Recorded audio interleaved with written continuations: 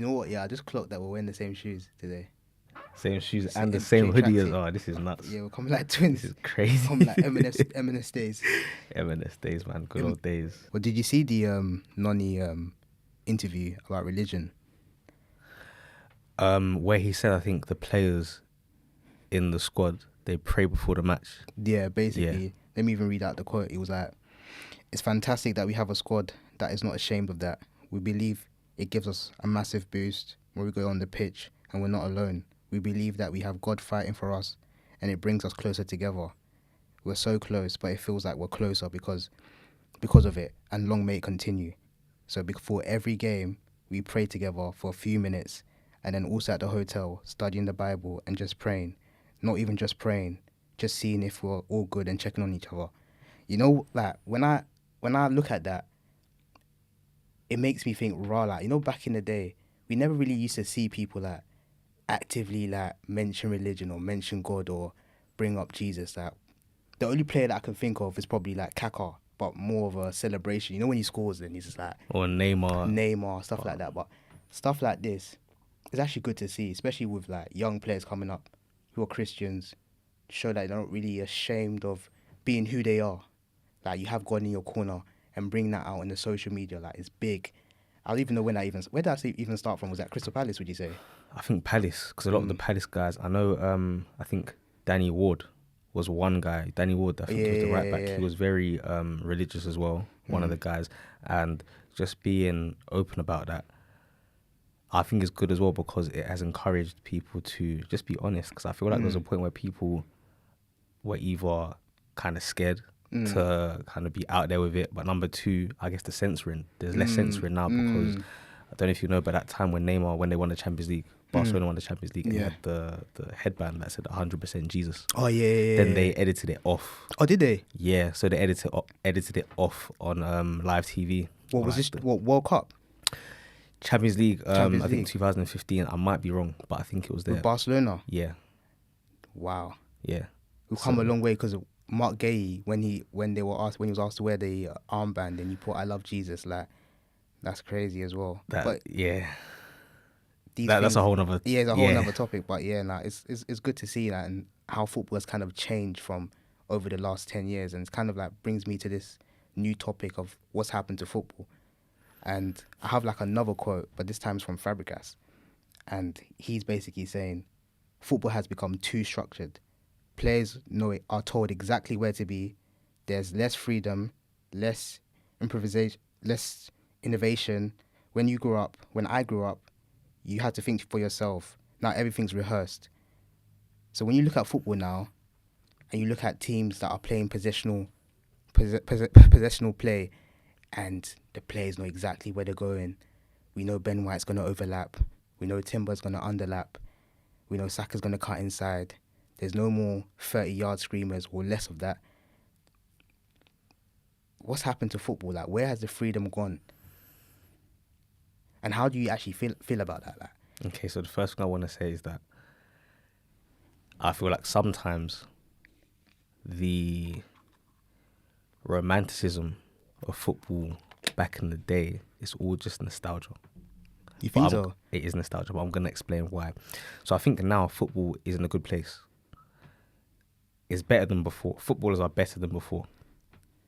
Like, if we take for example... So when you say footballers, sorry to cut it off, but when you say footballers are better than before, are you talking about like the technical aspect of it? Like, just in general. So when we look at, for example, someone like, let's say Rio Ferdinand versus Van Dijk. Now, we're not talking about, this guy had his peak at this time, and just we're looking at the player and their skill themselves, for example. Van Dijk is a better footballer than Rio Ferdinand. Ferdinand was a good football player, though. No. Especially for his time. For his time. But if we bring both of them together now, and we look at them side by side, Van Dijk is much better. But is it fair to say that? Because we weren't really scrutinising ball-playing centre-backs back in the day. Because even apart from Ferdinand, I think John Terry's ball playing was very underrated. When he talks about pinging a ball. Yeah, but I think Sergio Ramos is one of them.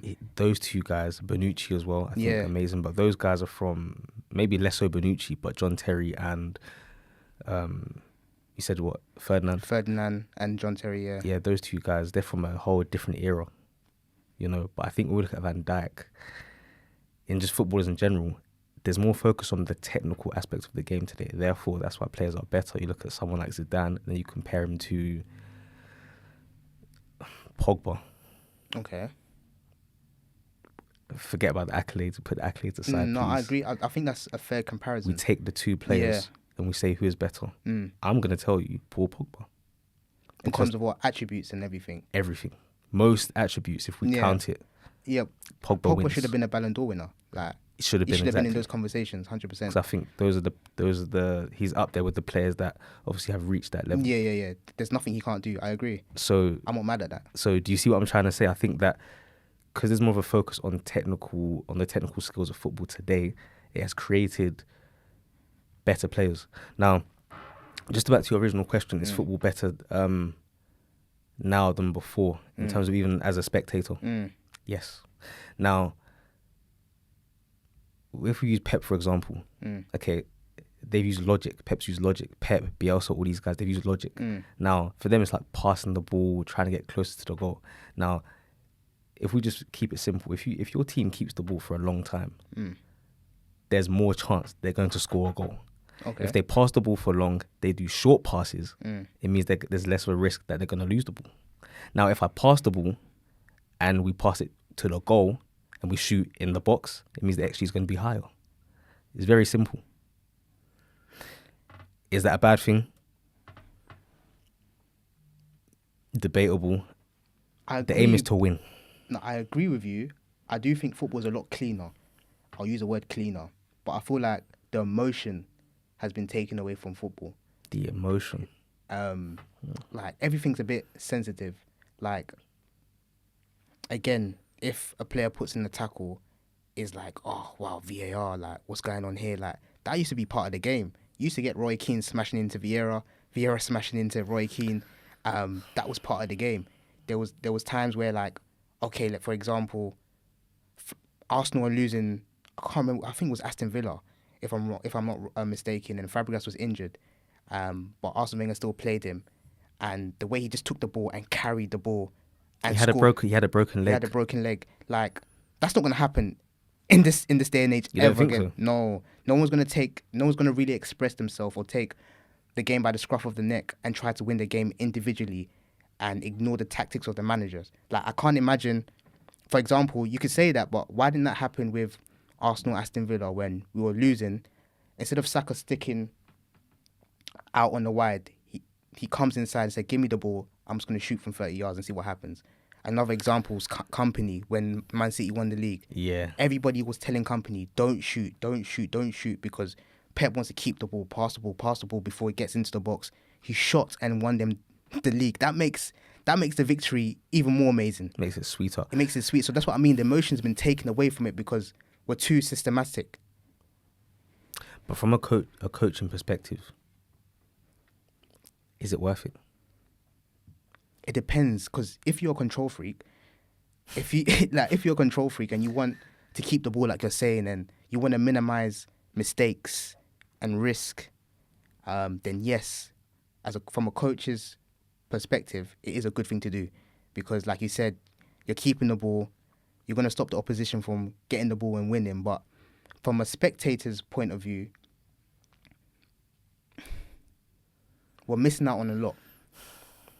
I miss the old Barclays or the Charlie Adams scoring from the halfway line, the David Bentleys. I think I understand what you're saying in terms of, because you said Charlie Adams, David Bentley. These are guys that were lower leagues, Blackburn and Blackpool as well. But you even look at the lower league teams in the bottom half, they literally try to play the same football that Pep plays, the same football. And I think that's what has killed it as well, somewhat. So I always think of last year, Southampton, when they got promoted, Yeah, they got promoted, they were playing expansive football then. They thought they could keep doing the same thing. In the Premier League, yeah. And then Russell Martin, he's doing all his expansive football. And then every game, we all know they're going to lose. And he still does it. And then I think the same thing as well, we said it before, Vincent Kompany, when I asked you, is it selfish for managers to do that? Burnley, he was doing the same thing. But that aspect, I guess that's what kills football when the lower teams, they shouldn't be doing that. The whole thing is it should be easy for it should be harder for the bigger teams to go away and play against Like them. how it used to be, they'll park the bus and stuff But like now- that. But I feel like if a manager wants to do it, they can do it. But when you don't have the quality to do it, then, like you said, it doesn't really make any sense. It makes no sense whatsoever.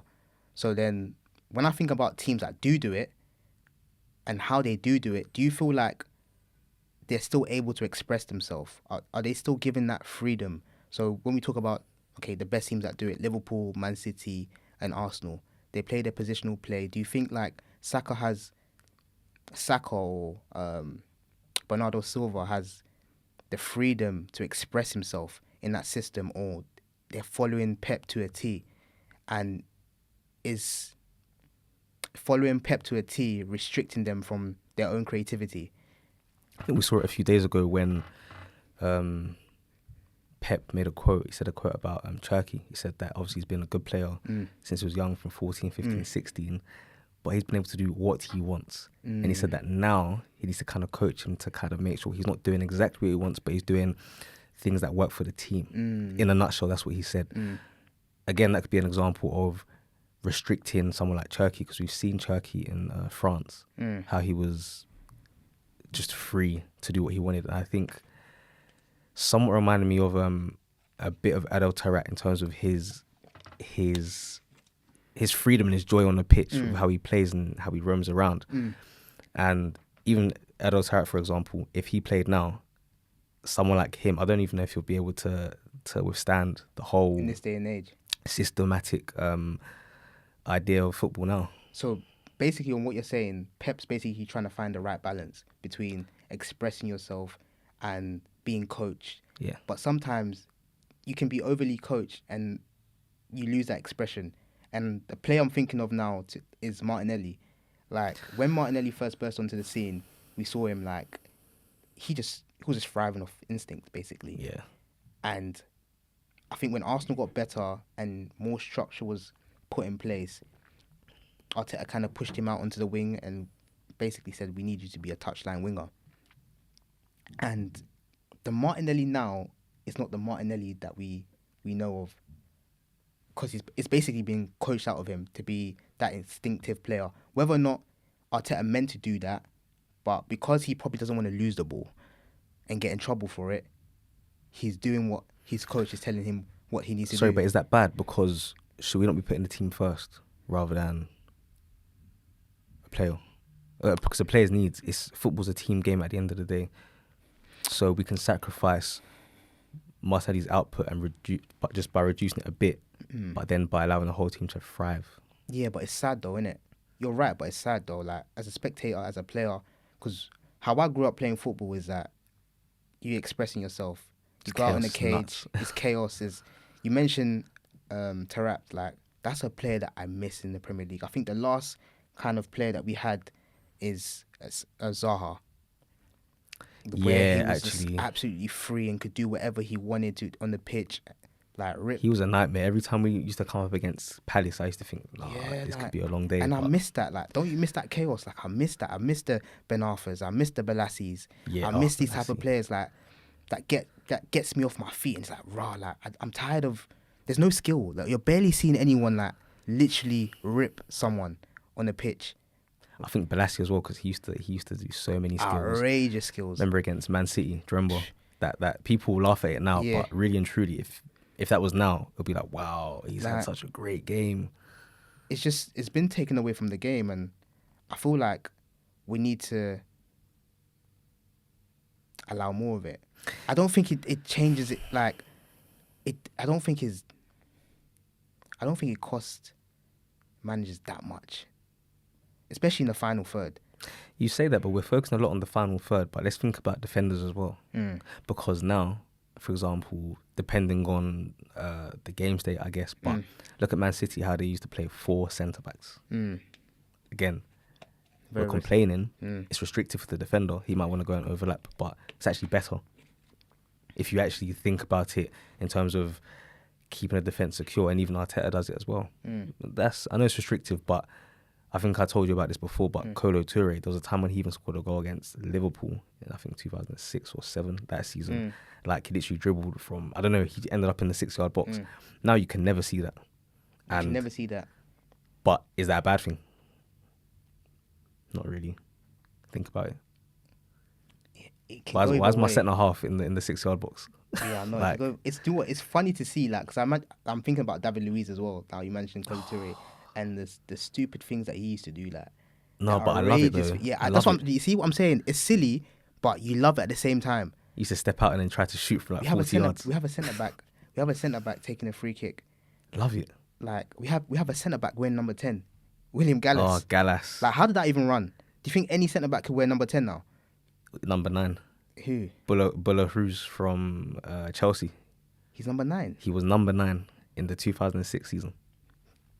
But we're never going to see that again. Never. Well, I don't want to see it again. We're never going to see. And by the way, I think when you mentioned Kolo Toure, I remembered about Yaya. We won't produce any more Yayas. We won't produce any more Neymars, especially in the Premier League. I feel like Neymar. No, I don't think we'll produce another one. So do you think that, let's say there's a Neymar in South America now, could be, for example, what's his name? Slipped out my mind. The guy from Ecuador. Edwin.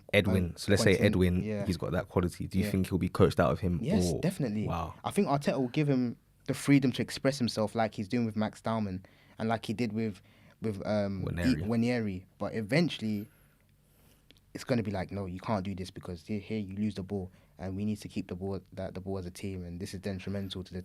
And the thing is, I feel like you can be that type of player, but don't come to the Premier League and think that you can be that type of player.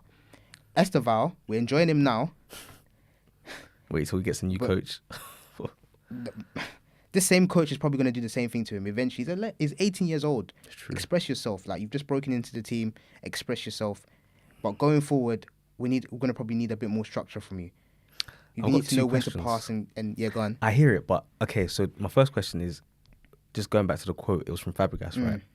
He's saying this now, but as he progresses in his knowledge of the game, do you think his ideas will change? Because, for example, Ancelotti, I think there was a time where he was a young coach coming up. He didn't win for a long time. He was close with Parma, but he wasn't actually winning.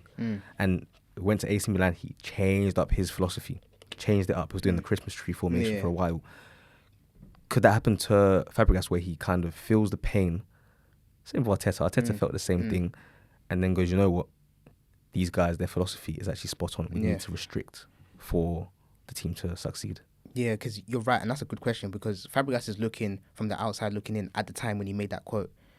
Now he's in Como, and yes, they're playing well, they're playing with freedom, but again, this is the Italian league,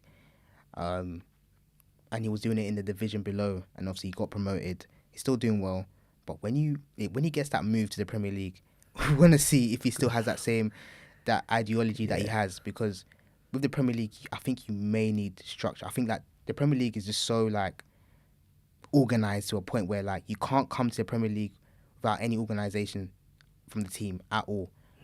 And so basically that will minimise the whole Barclays era that we have. I miss Barclays, like. But isn't that just nostalgia? I mean, it could be, but what's wrong? What's wrong with like nostalgia at the same time? What's wrong with having a Nasri in your team? Like, what's wrong? You say that now, but then the kids of today, they might say in 10, 15 years, oh, the Premier League in 2025, 26, around that era was so good. Now what's happened? There's gonna be a new kind of thing to complain about. Do you see what I mean? I don't know who said it. I don't know if you can remind me, but there was this one former player that said, I don't know if it was John Terry. It might be John Terry or Ferdinand, but they went to one academy game and they saw a team doing like 10, 20 passes before they got into a goal. I don't know who quoted it, and he was just like, "Wait, what? Back in my day, like I'm gonna get the ball and I'm gonna dribble past 5 people and I'm gonna put it in." Because if Messi grew up in this era that he is now, they'll tell Messi, stop dribbling, pass the ball first and move into a better space before you ask for the ball again and then you score. Can there be another Messi in this day and age? There can't be. because like they need every player to be textbook now. So then, if we just talk about Lamine Yamal for a second, do you think, obviously, right now the freedom he's getting from Hansi Flick, do you think, because Hansi Flick's not going to be there forever, whoever the coach is next, do you think potentially that can hamper his development? And because some people, I'm not going to say he can be like Messi, I'm not going to say that, but maybe Neymar, but in my opinion. But do you think, like, with that type of coaching style, is there a chance where, regardless of his ability and his potential, they just go, you know what, you stay on the right, stay wide, please don't cut in unless this happens? And could that be a thing? That will definitely be a thing. You go from it being a potential, I'm not saying he can potentially be Messi, but a potential with someone that has the potential to be a Messi, and then Pep takes over, and then now he has the potential to be Mahrez. And that's not no dig at Mahrez, but it goes to show that you're now restricted. Mahrez you go from being that player with freedom to being a touchline winger that goes through, like he goes past a few players and then he crosses the ball, or maybe the odd game he has a long range shot. Like, that's what happens.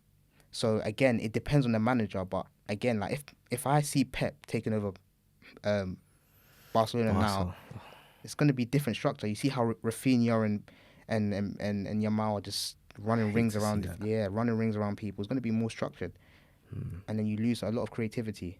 Because if you deep it, Rafinha under Xavi is different from Rafinha under Flick. Different and player. I don't think the environment was bad with Xavi. The players love Xavi. Xavi won them the league, so it had nothing to do with the environment. Clearly, like the restriction on Rafinha didn't work, and if we had bought him, it probably might have ended up being the same. Yeah, that's true.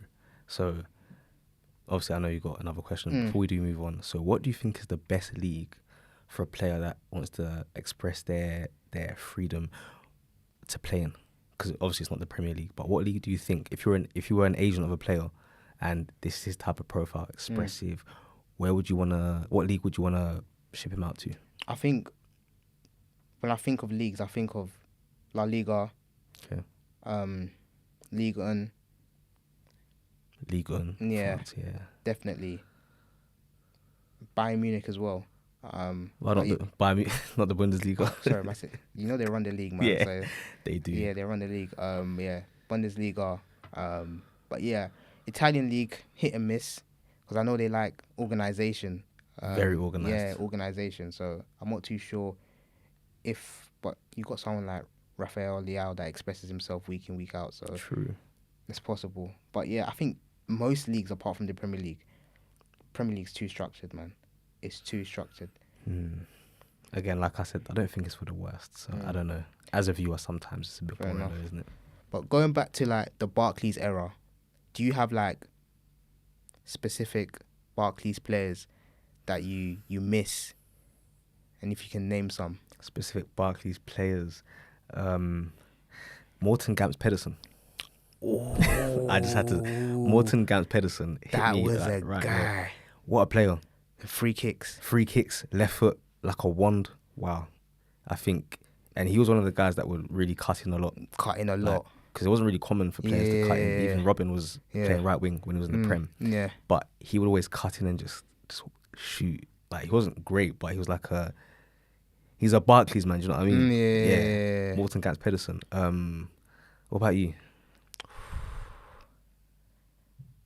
That's a good one. Do you know who I'm thinking of right now? I think I mentioned his name earlier, but Taarabt. Taarabt was too fake. He was just having fun. Too fake, like, and the way they speak about him was like basically QPR's Messi. Yeah, what he was doing in the Championship, and then he comes to the Premier League and he does it. He was an absolute joke. I think now though, if he did what he did back then, he would have got a big move. Why didn't he get a move though? What was going on? Was it injuries? Because I think there was a point where we were linked with him. I think every team in the Premier League was linked United with him. wanted him as well. I think just injuries and attitude. Like, I heard a thing where I think they were losing and Neil Warnock got mad and subbed him off and he went home. Like, he left and he got the bus home or something at halftime.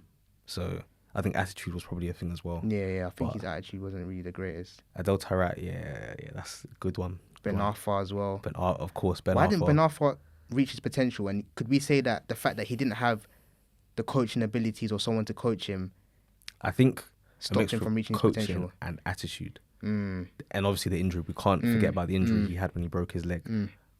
But I think as a player, he had a good career because he won I think he won the league. With who? In France. Oh, yeah, with France. He won, didn't he? With PSG. Yeah. Yeah, with PSG. Did they lose? I don't know, but I know he was there. He won it. Yeah. He won it. Just before he's moved to Nice. Nice. Yeah. Yeah. Ben Arfa, another player. This is a bit different, but Leon Britton. Do you remember Leon Britton? I remember. Swansea. Swansea. Passing. When they if said you're that. gonna mention Swansea, you gotta mention Michu. Michu. You gotta mention Michu, bro. Michu. How much would you go for? Nathan Dyer. Dyer, Yeah, small that's fast probably, bowler. yeah. How much do you think he'll go for Michu £75 million. on that run that he went on? Yep. How many goals did he score that season? He was like one of the top goal scorers as well, wasn't it? Over 15 Premier League goals.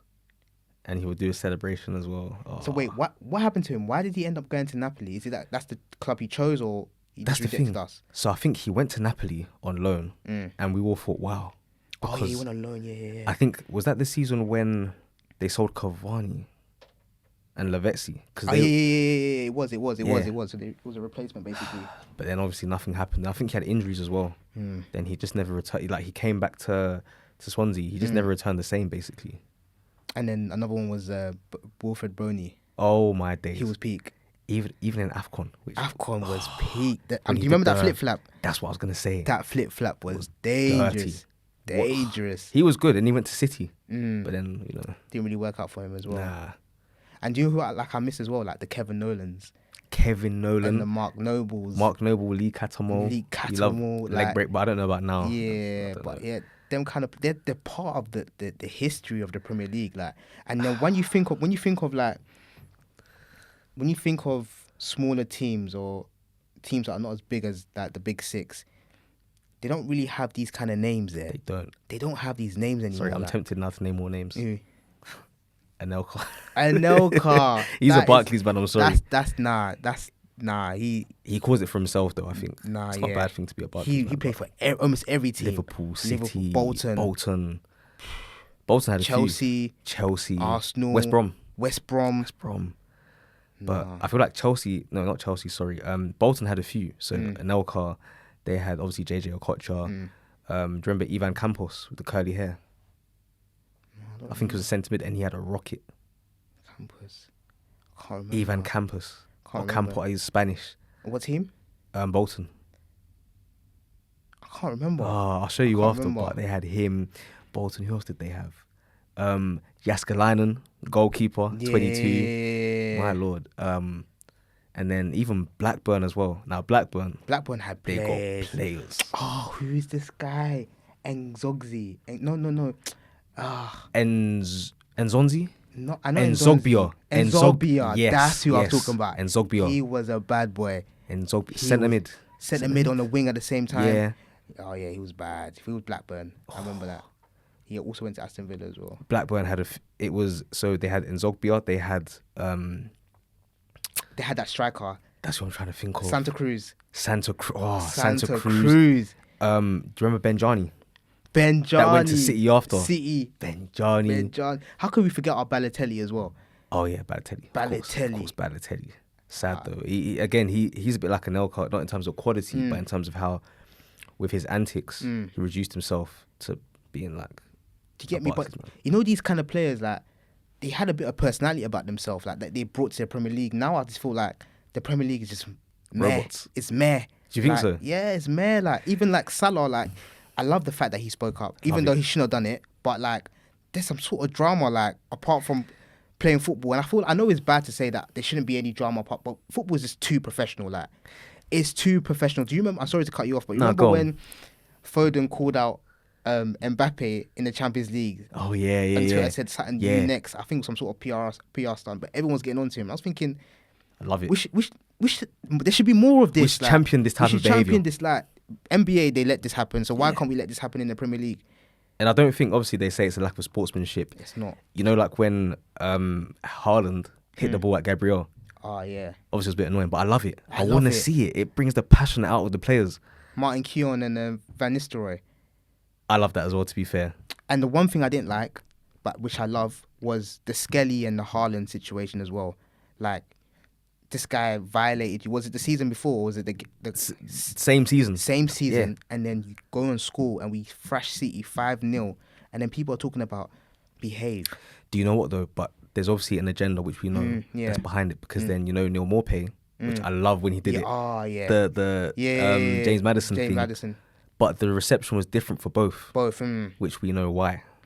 But for me, I agree what you're saying. I feel like there's so much restriction, and again, not just on the pitch. Actually, it's funny because it actually mirrors how they perceive the player off the pitch. Be controlled on the pitch, be controlled off the pitch. Yeah. So it's quite interesting, actually. Yeah, man. Some sort of bring that personality back. I got a question.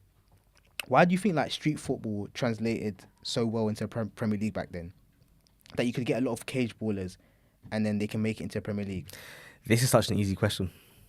Do kids play outside enough anymore?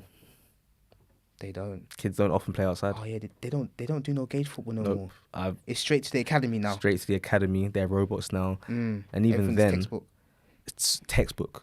And I think one player that comes to mind when I think of textbook, you tell me. You're gonna say Saka? Saka. I knew it. It's not a bad thing. It's not a bad thing, but that's what he is. Like, he's a textbook. You know, he got to the academy when he was 3 years old. Yeah, literally, honestly. literally. Like, and that's why I think people get onto him. Like, because when you look at players like Foden or Cole Palmer, you could tell like they played a little bit of cage football. Not to say Saka didn't play no cage football at all. Yeah. But you could just tell with the technique and the way they moved, the flair that they have, you could tell that this guy was straight in the academy. They say that Saka, his decision making is 10-10. Like 99%, he makes the right decision. Like, how?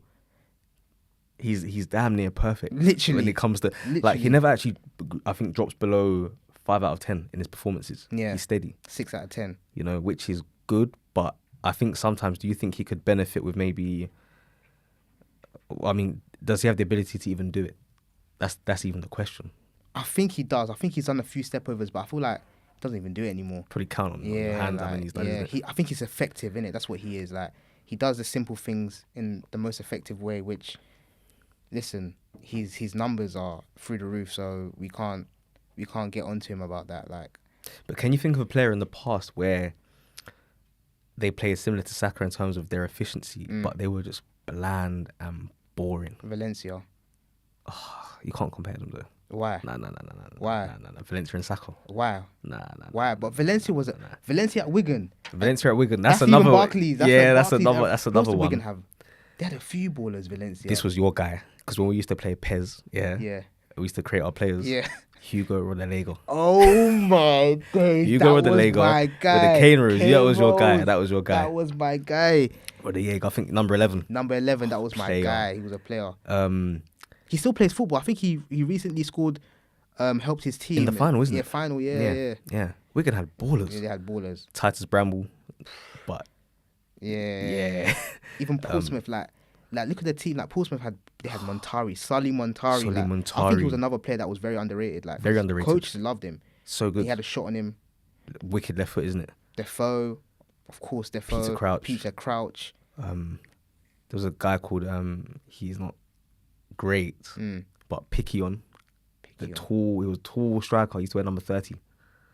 I think I remember his name. I can't remember. I think I remember his name. Kevin Prince. How can we Kevin forget Prince Kevin Prince? Boateng. Aye. Kevin Prince. Did you see his interview recently about the Barcelona Messi thing? How do you feel about that? Like, Barcelona forcing players to say Messi's the best. I think Messi is a big part of Barca. I think you can never erase Messi from Barca's history. Barca obviously were a big team, but he changed the trajectory of Barca. Without him, Barca would be not average. I'm gonna say something mad. But Barca now, I'm gonna say something average. Mad. Go on, let me hear it. So, if Messi can call the shots for Barca, why can't Salah? For Liverpool? Yeah. Is he Scouse? No, but yeah. That's why. But okay, fair enough. He came from the academy. I get it, but like he put Liverpool on the back on his back. Like, he put them on the map. Won them a Champions League. won them the Premier League, a few Premier Yeah. Leagues. Actually, it's true. Without Salah, Without Salah, they don't win nothing. Because they won their first Premier League in 20 years because of Salah. in fact, their first Prem Prem their first ever league title. It was even 30 years. So why can't Salah say, I've earned the right to be starting? I know it's mad to say out there, but I hear him. I think it's different though. I hear him. I know what you're saying. The only people that can say that are one club, or not one club, but guys from the academy. So someone like Trent can say that if he stayed at Liverpool. You think Saka could say that at Arsenal? Not under Arteta. Sorry. Not under Mikel Arteta, but maybe, you know. Nah. Arteta's too, I think, No chance. you know, Harry Kane can say that as well. Yeah, if he won them something, yeah, he could definitely say that. Oh, he didn't though, isn't it? That's what I'm saying. Yeah. And I think he still could. Oh, that's Nah, true. he He definitely can't actually. can't. But Salah hasn't. I understand he has the right to say that because really he actually put them on the map, like you Yeah. said. But in the grand scheme of things, he can't say that because then what president does it set for the other players? Is he bigger than the club now? Because look at the trouble that Barca got themselves into. For Messi. Even exactly the whole COVID time, paying him ridiculous money. Do you see? Messi might have been a mob boss. He might have been, you know, the way he Like, ran. man said he can pick the players that he want. He had the final say. So if you didn't like Kevin Prince Boateng, then I mean, look, that is the issue Ibrahimovic encountered, isn't it? oh yeah, Moved on to the right wing. Then obviously we had Henry on the left. yeah, But I mean, it worked. it worked, innit? So you can't really complain. But when you think about it, though, that's like the equivalent of playing, I don't know who, but Haaland, right wing, for Jamal. Trust me, that makes sense. Do you know how mad that is? That makes sense. And obviously, as a striker, you back yourself to play through the middle and get the goals. But it was Messi though. But at the time, yeah, True. people like Eto'o and Ibrahimovic, they'll be like, who? Even though Messi was a bad boy, they were bad boys too. Nah, but Messi. Yeah, I know, but what year was that? 2011. Even before, like 2009, That was- 2010. That was 2000. Yeah. And you're gonna, fair enough, Messi was a bad boy, yeah, He was but doing different things. he was not Messi of the 2 years further down the line. No, but he was doing different things. Ibrahimovic was a bad boy. He had Serious. I think he had won Champions League already with Inter Milan. He actually left the season that they won it. Eto'o, you see the way Eto'o talks about Messi, like he talks about Messi like that's his Hates little him. bro. He hates him. But the thing is, these guys had a serious rap sheet because we're talking about Juve, so Ajax, Juve, Inter, winning leagues upon leagues. So I hear it from their perspective. Even Eto'o as well, a guy that played for Real Madrid. Then he's obviously gone to Mallorca. I don't know if he won anything there, Yeah. but won the Champions League with Barcelona. Now he's been told to play what, left wing or right wing. To accommodate Messi. From during that time, I think he'll be confused. Yes. Yeah, that's what I'm saying. Yeah. Like even I think Messi was in awe of Henry as well when he Yeah. first came into the change rooms. Like I heard stories about what he had done in the Premier League. Like I didn't even want to say hi to him. Back then, though, man. He was peak. And even now, what characters do we have like Henry? Who actually like Henry? Like in the Premier League, like the when Prem. who scores and is like, yeah, I did that. Yeah. I'm him. And then they're humble, but with confidence in the interviews. There's no one. Maybe apart- Haaland. Haaland probably, but I just feel like It's not the same. Do you remember Haaland when he first came to the Premier League? Like the way he just came and he had that oomph about him. Yeah. He can express himself during like pre-match press conferences or post-match press Would even swear. conferences. Yeah, like, but now like he seems like he doesn't really say much. Like I think like he's finally got his media training, and he's not really saying much like he used to be. Because remember he had no filter, No filter. none at all. Because we think thought he even was like now- Ibrahimovic before. At first, yeah. Yeah. I think even that time, even on the pitch though, when obviously we lost 4-1, I think he scored the 4th goal and he took his hairband Off, yeah. You think he'll do that now? I think Yeah. now he might be conscious of the reaction he might get, even for something as little as that. Yeah. You know, so There's no personality in the game, man. There's no personality. There's something that I think we've been speaking a lot on attackers, and I think we need to give like some of the defenders some love. You know, when we talk about, I think you mentioned like Rio Ferdinand and Van Dijk, and sometimes I feel like it's easier to like give Van Dijk that prop because defending now might be a bit harder, or is it easier? So like, my question to you is defending harder then than it is now? That's a very good question. Now, we have to look at perspectives. Because if you play in a defence that's more organised and everyone knows roughly what they're doing, someone could argue that is so easy. Like, we're in a back four, my right back's not going to push forward, he's going to stay there, whatever. I know I get the ball and then my centre mid comes and collects the ball. How easy is that? But then, when you're defending as well, obviously the organisation, concentration. I have to be concentrated, especially if, let's say, I'm playing against Prime Man City for 90 minutes. I play for Atletico Madrid.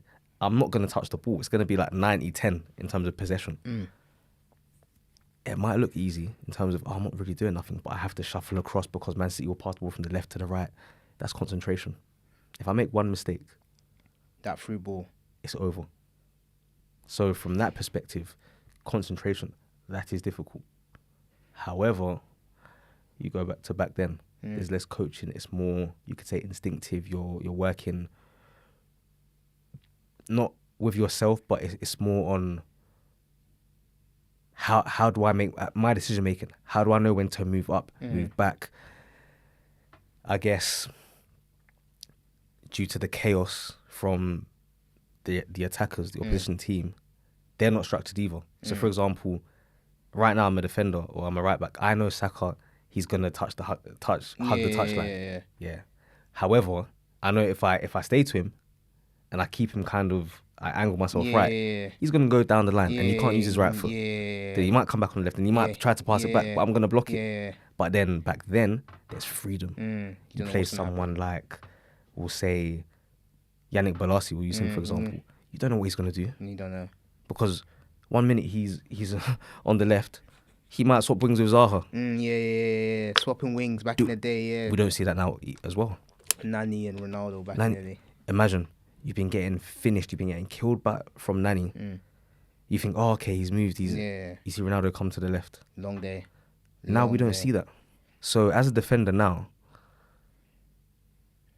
I mean, it depends on what you prioritize. Do you think it's harder to concentrate, or is it harder to, I guess, thrive as a defender in chaos? I think it was harder back then. You're right, because also, I don't think the league they didn't have a Suarez, they didn't have a Thierry, they didn't have an Anelka that caused absolute chaos. Rooney, Torres. So imagine going up against these kind of players. Can we just go back to Suarez on how chaotic he was when he dribbled? Chaotic. I don't know if you can call it dribbling, but he's dribbling and the ball's just bouncing off people. Ricochet. We don't get that now because you're not allowed to dribble now. You're not allowed to dribble. Do you think? I was going to ask you this question. Do you think dribbling has been replaced by pressing? Dribbling replaced by pressing. You know what I mean by that? Go into detail, please. So, you know how like you would dribble to like break down a block? Like, let's say, okay, there's a group of defenders, like 5 defenders ahead of you. You might dribble past 2, and then now it's open. You can find a cross or you can have a shot. Now, everyone's just so focused on pressing. So pressing is the new dribbling. So if we want to break this team down, we're gonna press them. So I think you said the other day to me, it's like, oh, Odegaard's so essential. The way that he leads the press. Oh yeah, I said we'll that. never say we'll never say that 10 years ago. We're gonna say, oh, look at the way Ronaldo's gonna dismantle that defense by going past 3 or 4 different players. Because you can't. When we think about it, yeah, you said Ronaldo for example, and obviously we've seen evidently from when he went to United and even at Juventus. He's not pressing. He doesn't want to press. Yeah. He wants to get the ball and dribble. Yeah. And just, and I think Neymar as well. Yeah. I can't remember. In fact, that front 4 at PSG, Mbappe didn't want to press. Neymar didn't want to press. Messi didn't want to press. Was Di Maria there?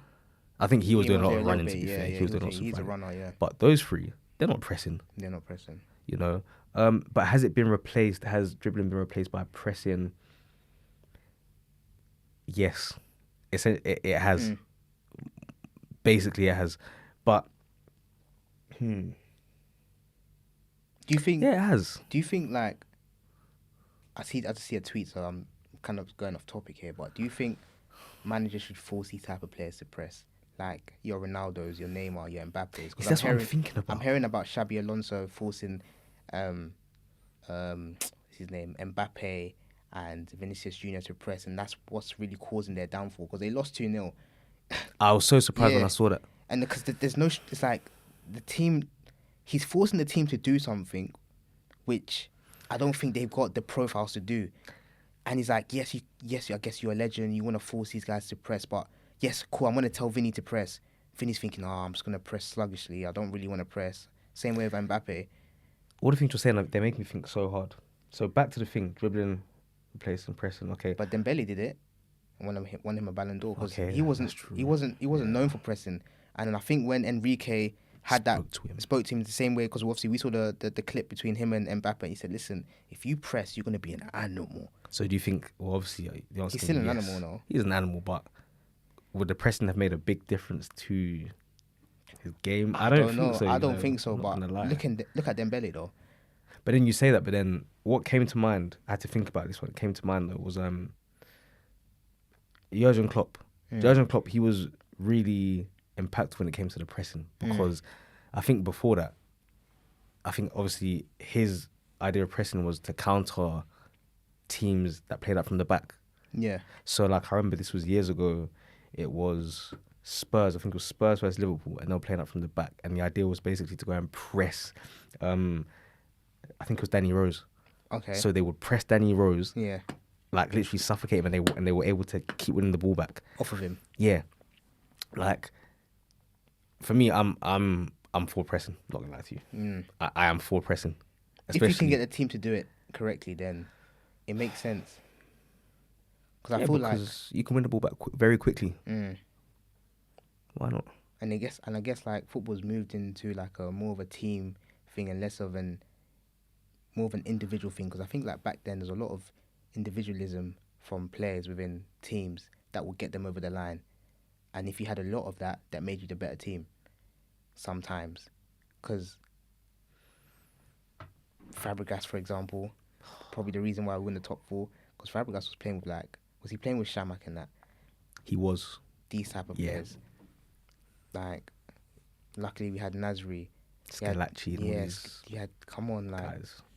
and then you take it back to Crystal Palace, then you have your Zahas and your Balassis, and then QPR, you got your Tarapt, you got Newcastle, you had your Ben Arfa, that were pulling you out of games. But now, because they've kind of restricted that and made it more like a team game, so now you all need to contribute, and it makes the team a better team and harder to beat. Those were the good times, though. Barclays Premier League. Those were the good times. I think sometimes Premier League years, I'll go back and watch Premier League years. You know. Yeah. I don't know. I don't want to go off topic, but yeah, we'll move from that. Yeah. You know, we're talking about like players being better back then or their style of playing, etc. But as fans, we kind of contribute to all of this because are we as fans currently, are we as forgiving or will we be forgiving if we see Saliba try dribble past 5 players and have a shot? I don't think, fair enough, we miss it, nostalgia, this is amazing, we love this type of football, but we'll be the first to scrutinise a player that does something stupid. But we're in the age of social media. That's why. So I think it's easier for us to get our opinions out there, even though our opinions basically, not that they're irrelevant, we're all open to saying what we think, but our opinions, we're just regular fans in it. Our opinions don't mean too much, but because I can just pick up my phone and go on like Twitter or go on TikTok, make a video and say, oh, Saliba's an idiot because he did this and that. Like, I think that, you know, that's something we can do now. Funnily enough, though, I was watching the first half of, it was the El Clasico randomly. Okay, which one? 2005 and 6. Okay. And I was watching Ronaldinho the first 10 minutes here.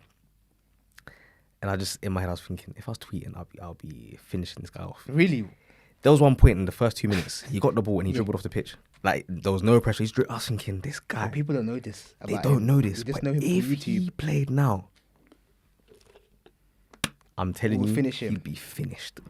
Would you say that his good moments outweighed his bad though? Or we just didn't have social media to really anticipate this? Because obviously we can all make a comp. And whoever was making them Ronaldinho comps did a really good job. He owes them because he's helped. His PR's been helped heavily because by them comps. I think he is a little bit overrated. I know that's going to be... But the reason why I say it is because, I don't know, I just think Neymar was better than Ronaldinho. I think so. I think so. I told you before. Yeah. I think Neymar is much cleaner than Ronaldinho, in my opinion. He's just everything is clean about Neymar to Ronaldinho. I think Dino was good. Was he the better player than Neymar? 100%. Neymar's 10. Oh, okay, I don't exaggerate. Yeah. But Yeah. he's And he's more consistent. Yeah. But then that's because football changed. Yeah. That's why.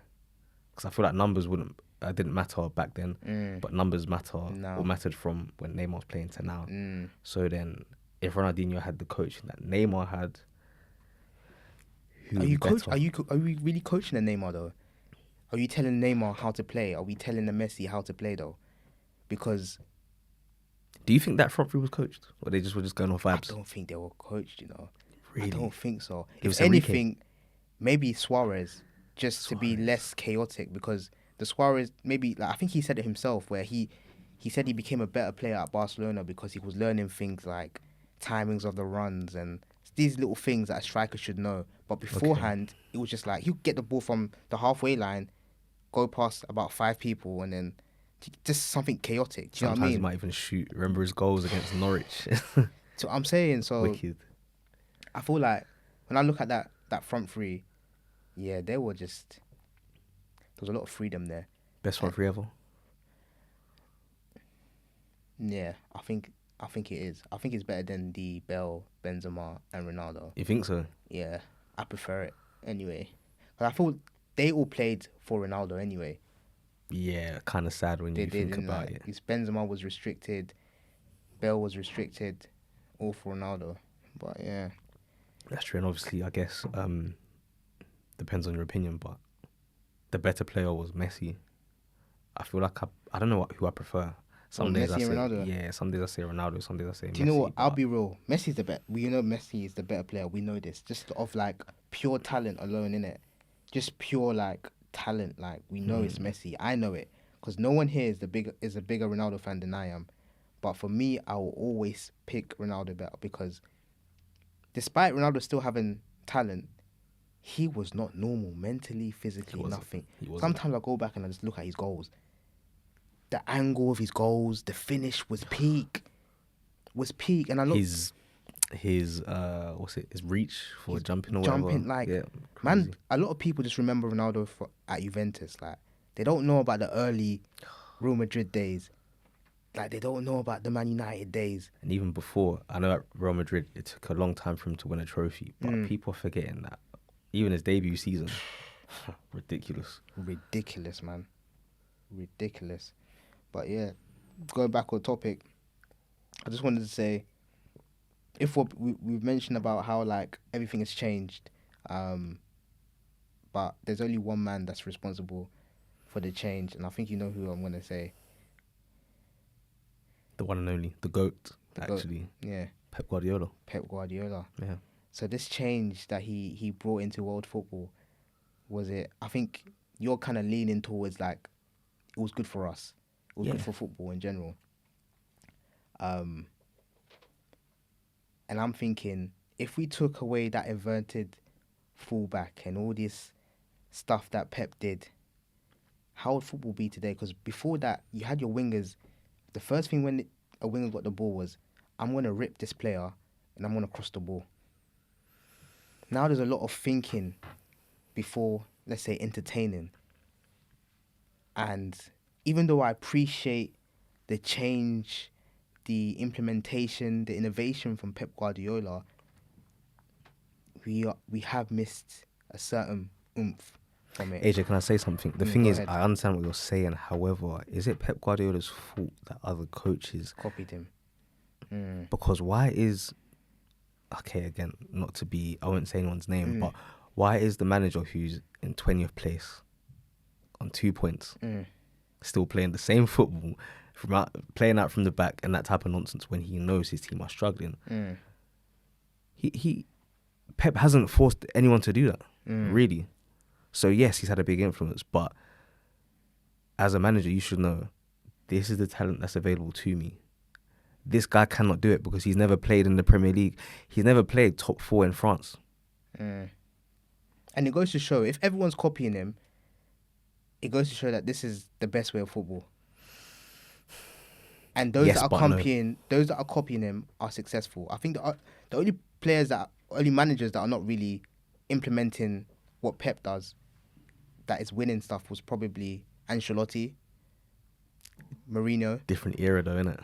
Ancelotti, I'm talking about recently. Ancelotti. Okay, yes, true. Even recently, but I mean, they still have their values they have from when they started coaching. Look how long it took Pep to win the Champions League. Not long, 1 year. No, okay, sorry. I know winning the Champions League. The Barca doesn't count, isn't it? Doesn't count. I don't want to say it doesn't count because he had Messi, but with Man City, with all that money he spent, with all this obsession with control over chaos, when in the Champions League, you need chaos to win it, really and truly. And I think that's why he struggled, because deep it, there was times where Real Madrid versus Man City semi-finals, they're clear, and all of a sudden chaos happens and Real Madrid win the game. How is that possible? That's what the Champions League is about. It's true. Even Leon. Remember Leon during COVID? Crazy. I couldn't believe it. I could not believe, because where did that come from? What was the score? I feel like they lost quite sick. Like it was like they got beat, and you couldn't make an excuse for the game. I can't remember what the score was. You see, you've actually got me thinking though. So then, yes, he's won the Champions League at Man City. Is that an achievement because of his career? Because when you think about it, Bayern, he didn't win it there. Okay, so Barca, he won it, but you Messi, said your reason, Messi, and obviously being familiar, he was able to bring Busquets from the academy. It's kind of like cheating almost. Then he goes to Bayern Munich. He didn't win it there. The funds aren't that available as they are at Man City, for example. He had Robin, Ribéry. He did. But then, Thiago. Let's say he decides, I want to change, I want to get a £100 million winger on both sides. He can't do that. You can't do that, yeah. So, yes, Man City is an achievement, but do you think it's a massive failure? And does that kind of expose his ability as a coach for him not to win? He gets away with it because he's a centurion. He's won. Oh, I forgot about that. Yeah. He's won the treble. He's done so many things. He's done so many damage. Like you can't take it away from him. So him not winning the Champions League was something that people could say. But now that he's done it, he doesn't even need to do it again. I think he's won the most trophies ever as a manager. No, I think Ancelotti's got more. Is Ancelotti? Yeah, Ancelotti's got more. Ancelotti's got more. So technically, then it's Ancelotti who's the GOAT. Yeah, he is. Really? I think he's tying with him. To be fair, I'm not too sure. Well, could exceed the total if he wins the Premier League this year. Just to wrap up this episode, I want to ask you a question. So, would you rather your team wins ugly week in or week out, or wins or sometimes loses, but the football is fluid, expressive? Is there like, what's the end goal though? Am I winning the league? Just as your team. This is your team. So I'm the coach of this team. How would you want your team? Ugly. I'll be honest. If I was a coach, really, if I was a coach, it would be a nice hybrid of. So I'll do a 4-4-2. A lot of long balls, but then sometimes we might keep the ball like a little tiki taka. But you're moving like Arteta. Chaos. I will call chaos. Smash the ball up long, 60 yards for the big man. We'll have one big man, one Peter Crouch, one Jermaine Defoe. Chaos. So you don't like that Arsene Wenger tiki taka stuff? You didn't like it? I want to win. I'll be like Diego Simeone.